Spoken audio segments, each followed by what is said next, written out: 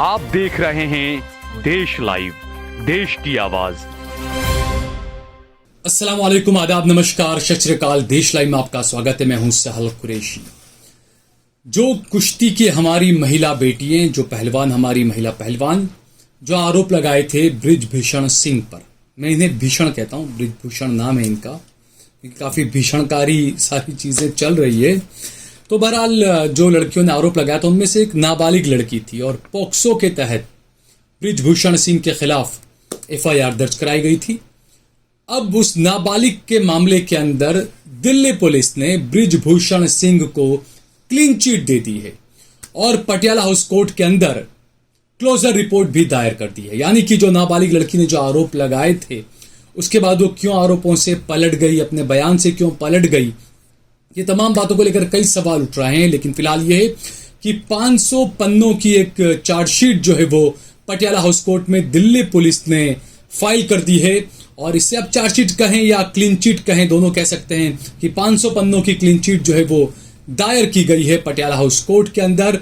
और उसमें यह कहा गया है कि जो नाबालिग का जो यौन शोषण का जो मामला है, पोक्सो के तहत बृजभूषण सिंह के खिलाफ जो एफआईआर दर्ज कराई गई थी, जो मामला दर्ज किया गया था, उस मामले के अंदर पुलिस को किसी भी तरह के कोई सबूत नहीं मिले हैं। इसलिए इस मामले को बंद कर दिया जाना चाहिए। ये दिल्ली पुलिस ने जो है वो पटियाला हाउस कोर्ट के अंदर ये क्लोजर रिपोर्ट लगाई है। यानी कि बीजेपी नेता मोदी और आरएसएस के काफी करीबी अयोध्या की तरफ से आने वाले बृजभूषण सिंह, जिनका गोवा में बीजेपी की सरकार बनाने में काफी बड़ा हाथ माना जाता है, और भी कई आरोप उन पर लगते रहे, डी गैंग, दाऊद गैंग और कई सारे आरोप उन पर लगे और काफी करीबी बीजेपी के।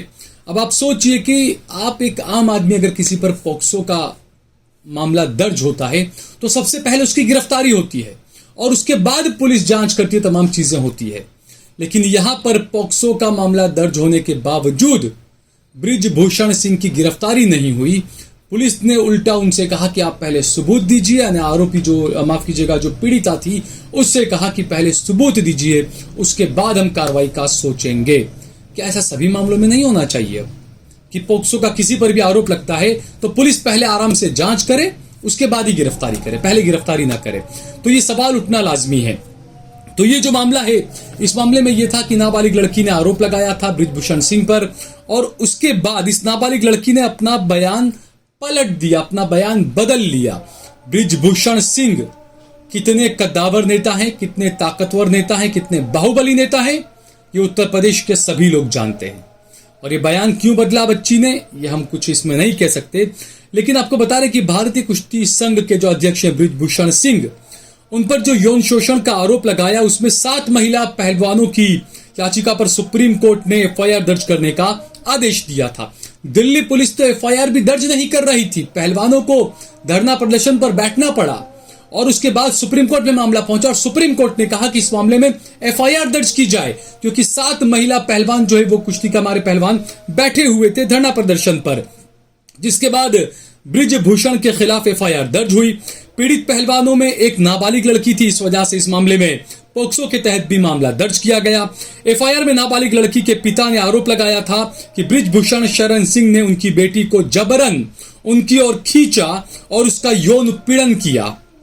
पिता का कहना था कि इस घटना के बाद बेटी बहुत परेशान हो गई और धीरे धीरे उसकी तबीयत खराब होने लगी। एफआईआर के मुताबिक बृजभूषण ने यह कहा था कि आप मेरा समर्थन करें, मैं आपका समर्थन करूंगा, मेरे संपर्क में रहो। यह मामला था सबसे पहले जब एफआईआर दर्ज कराई गई तो यह बयान दर्ज किया गया था। लेकिन कुछ रोज के बाद यौन शोषण का केस दर्ज कराने वाली नाबालिग महिला पहलवान ने अपना बयान बदल दिया। अपने पहले में में जहां उन्होंने बृजभूषण पर यौन उत्पीड़न का आरोप लगाया था, वहीं बदले बयान में कुश्ती संघ के अध्यक्ष पर केवल भेदभाव करने का आरोप लगाया। और उसके पिता जो हैं, उन्होंने यौन शोषण का आरोप क्यों लगाया, पिता ने इस मामले में बताया, मीडिया के सामने आए और उसमें उन्होंने कहा कि जो बातें उन्होंने बताई वो हम आपको बता रहे हैं। मेरी बेटी ने 164 के तहत दिए अपने पुराने बयान को बदल दिया है। बृजभूषण सिंह पर पहले उसने जो यौन उत्पीड़न के आरोप लगाए थे वो नए बयान में नहीं है।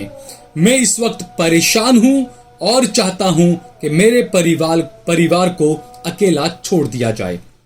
उसके बाद महिला पहलवान के पिता ने आगे कहा, मैंने केस गुस्से में आकर किया था, तब बृजभूषण और भारतीय कुश्ती संघ यानी कि WFI ने एशियाई चैंपियनशिप की चयन प्रक्रिया में पक्षपातपूर्ण फैसले लिए थे, इससे बेटी प्रभावित हुई थी। महिला पहलवान के पिता ने यह भी कहा कि जब पहलवान शुरू में विरोध पर बैठे यानी कि जो विरोध प्रदर्शन करने बैठे थे तो शिकायत गुस्से के चलते की गई थी, क्योंकि उन्हें अब भी लगता है सुनिए कि चयन प्रक्रिया में उनकी बेटी के साथ गलत व्यवहार किया गया है, गलत व्यवहार हुआ है। नाबालिग लड़की के पिता ने यह भी बताया था कि फिलहाल उन्होंने केस तो वापस नहीं लिया है, लेकिन बयान नए सिरे से रिकॉर्ड कर लिया गया है। यानी केस वापस नहीं लिया है, बयान नए सिरे से रिकॉर्ड किया गया है। उन्होंने कहा कि बेटी के प्रमाण पत्रों से कोई भी छेड़छाड़ नहीं की गई है, उनकी बेटी नाबालिग है। सरकार ने पहलवानों को 15 दिन का वक्त दिया था। 7 जून के रोज ये तमाम जो प्रदर्शनकारी पहलवान है उन्होंने केंद्रीय खेल मंत्री अनुराग ठाकुर, जी हाँ वही जो गोली मारो सालों को वाले, उन्हीं से मुलाकात की और उन्होंने कहा कि अब हमें 15 दिन का वक्त दिए सरकार को, 15 दिन में सरकार इस मामले में कोई कार्रवाई करेगी।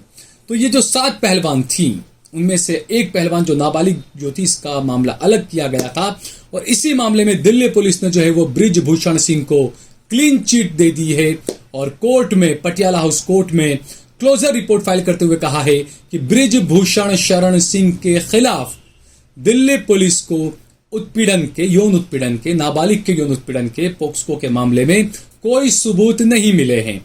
जब गुजरात में एक साथ कई सैकड़ों मुसलमानों को जलाकर मार दिया जाता है, काट दिया जाता है, उसके सबूत नहीं मिलते तो एक नाबालिग लड़की के रेप के सबूत कहां से मिल जाएंगे, उत्पीड़न के सबूत कहां से मिल जाएंगे।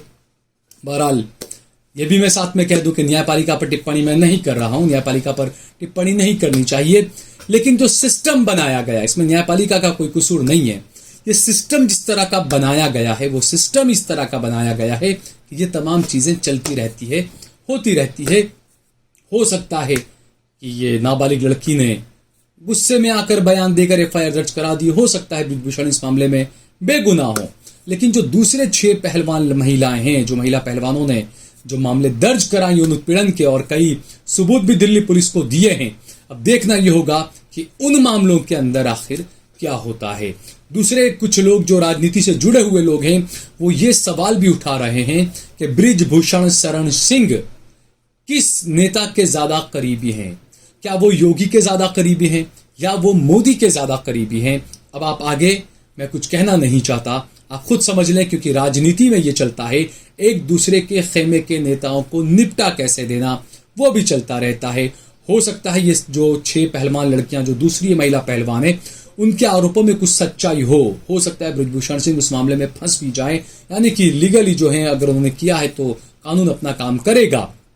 लेकिन फिलहाल ये है कि जो पोक्सो का मामला जो है, इस पोक्सो के मामले में बृजभूषण शरण सिंह को दिल्ली पुलिस ने क्लीन चिट दे दी है और पोक्सो मामले के जो दूसरे लोग हैं वो भी अब सोच रहे होंगे, जो जेलों में बंद है, चार्जशीट दायर नहीं हुई है, वो भी सोच रहे होंगे काश हमारे साथ भी पुलिस ने ऐसा ही किया होता, पहले जांच की होती, सबूत जुटाने की कोशिश की होती, उसके बाद हमारी गिरफ्तारी की होती। तो ये तो लोगों की सोचने का नजरिया है, लोग सब कुछ भी सोच सकते हैं, कई बाबा लोग भी बंद हैं इस तरह के मामलों के अंदर।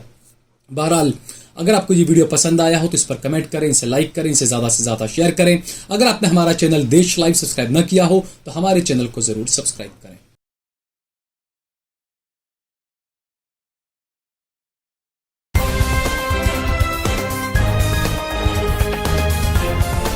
देश और दुनिया की तमाम छोटी और बड़ी खबरों के लिए हमारे चैनल को सब्सक्राइब करना न भूलें और बेल का बटन जरूर दबाएं।